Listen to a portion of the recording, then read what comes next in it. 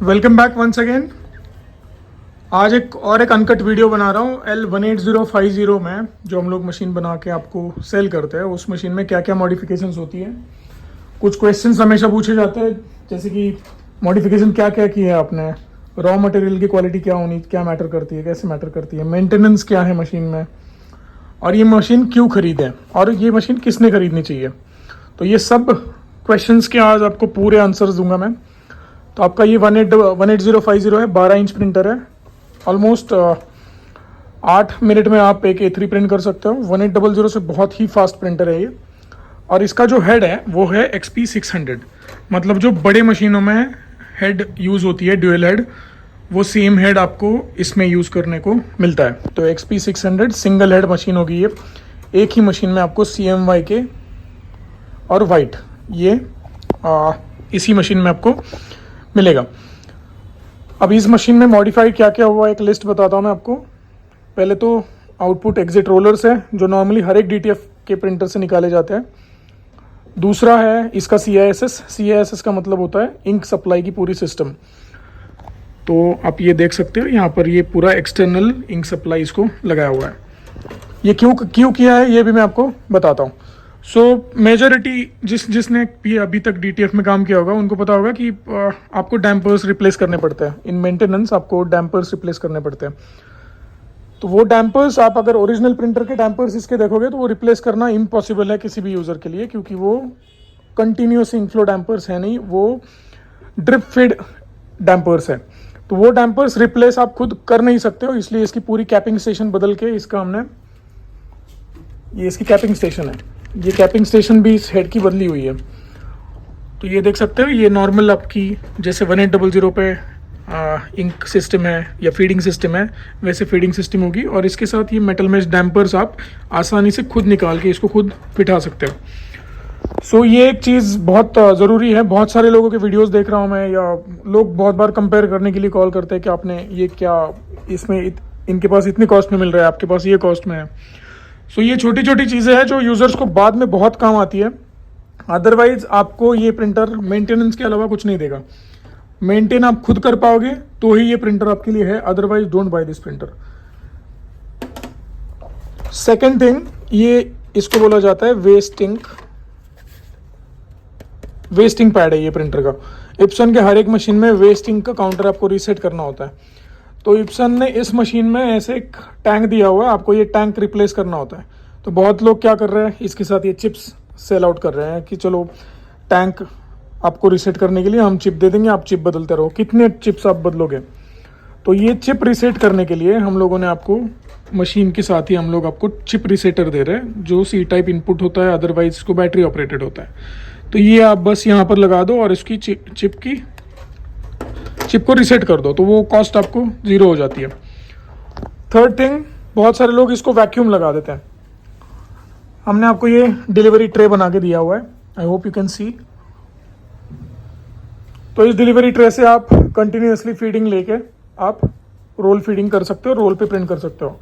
अभी भी देखिए रोल प्रिंट चालू है, मैंने बीच में पॉज करके रखा है। अब वापस नेक्स्ट में प्रिंट करूँगा तो वापस आपकी रोल प्रिंट चालू हो जाएगी। इसका ये रोल स्टैंड है, बहुत ही स्मूथ रोल स्टैंड होता है ये। तो रोल फीडिंग नॉन स्टॉप आप फीड इसको कर सकते हो। मैं 1800 के साथ कभी ये रोल स्टैंड नहीं ऑफर करता था, क्योंकि 1800 की स्पीड कम थी। इस मशीन में आपको स्पीड अच्छी खासी मिलती है। अब रही बात मेंटेनेंस की, इस मशीन में मेंटेन करने के लिए एक ही चीज़ है। एक तो आपको वेस्टिंग पैड रीसेट करना है, जो मैंने आपको बताया। वेस्टिंग पैड को काउंटर रीसेट कर लो, आपको कंप्यूटर में मिल जाएगा कि कौन सी टाइम उसको रीसेट करना है, उसका नोटिफिकेशन आ जाता है, आपको उसको रीसेट करना है।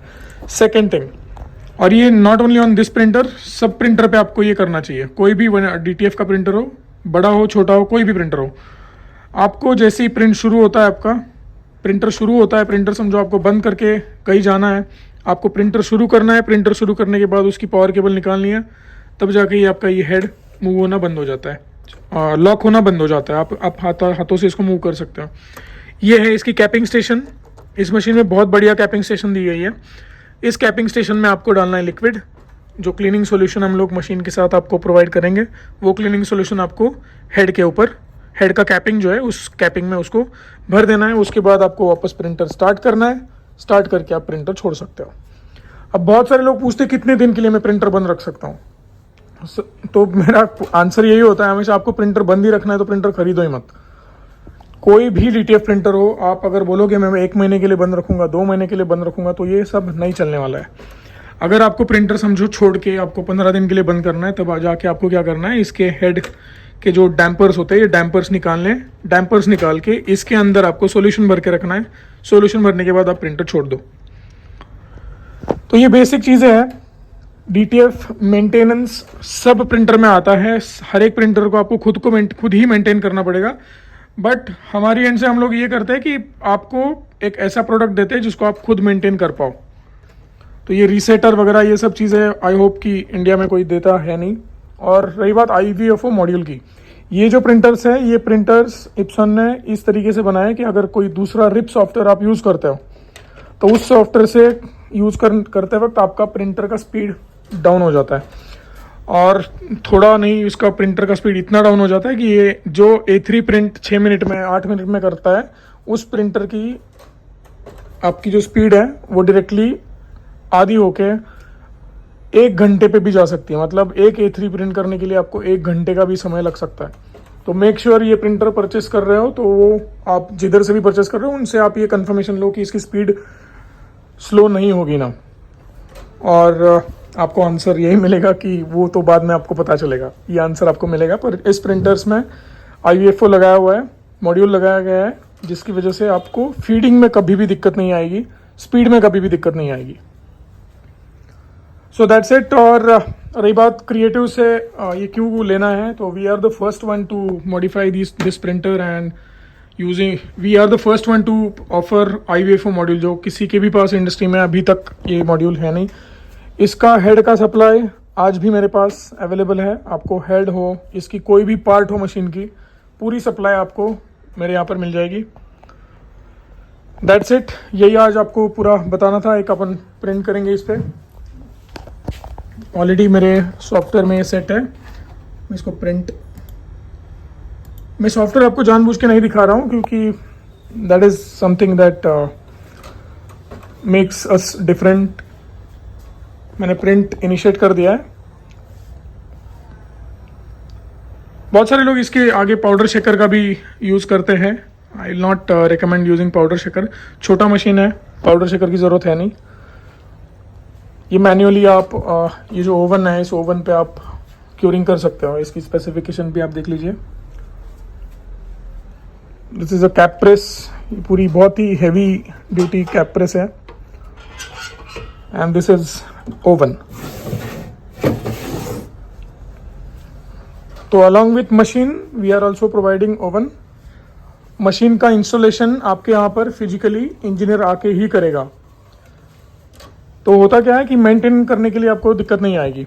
जब आप सब कुछ इंजीनियर से सीखते हो तो इंजीनियर आपको प्रॉपरली गाइड करके ये सब बता देता है। मशीन बुक करने के बाद एक 6-7 डेज़ में आपका मशीन यहाँ से डिस्पैच हो जाता है आफ्टर टेस्टिंग। ये सब ऑलरेडी डिलीवरी के लिए रेडी मशीन्स हैं।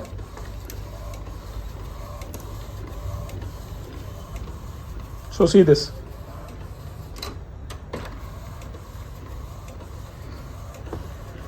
बहुत ही बढ़िया प्रिंट हेड है इसका। प्रिंट हेड की अभी कॉस्टिंग आई गेस 12,000 के करीब है और XP600 की एक्चुअल कॉस्टिंग 18-19 हज़ार है। तो प्रिंटर की कॉस्ट में आपको ऑलमोस्ट हेड की कॉस्ट मैक्सिमम होती है। अब ये मशीन किसने लेना चाहिए? 40-50 टी-शर्ट्स है दिन के, तो you can go with this machine. आपको पता है नहीं DTF क्या है, कैसे चलता है, क्या करना है, तब जाके आप बड़ा डेडिकेटेड प्रिंटर लेने से कभी भी अच्छा होता है कि छोटे प्रिंटर से आप शुरू करें।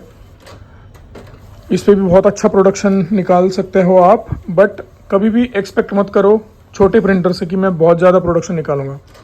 एक टाइम आएगा कि आपको डेडिकेटेड बड़े DTF प्रिंटर की ज़रूरत पड़ेगी। तो 50-60 A3 शीट्स आपको डेली प्रिंट करनी है, तो this is the best option that I can suggest. Otherwise you have option of oddly, जो डेडिकेटेड DTF प्रिंटर्स है। ये ऑप्शन आपके पास हमेशा है।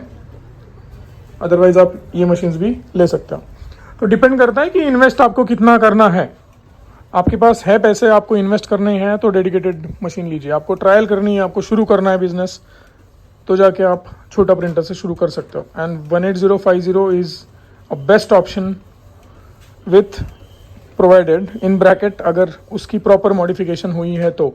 ये मशीन मैं हमेशा लास्ट वीडियो में मैंने बताया था, ये मशीन आप खुद खरीद के उसको मॉडिफाई मत करिए, बिल्कुल हमें कॉल मत करिए इसके लिए कि मेरे पास मशीन है आप उसके कन्वर्ट करके दे दो। ये नहीं हो पाएगा क्योंकि इसकी ऑन बोर्ड चेंजेस की जाती है, ऑन बोर्ड मॉडिफिकेशंस है इस मशीन में।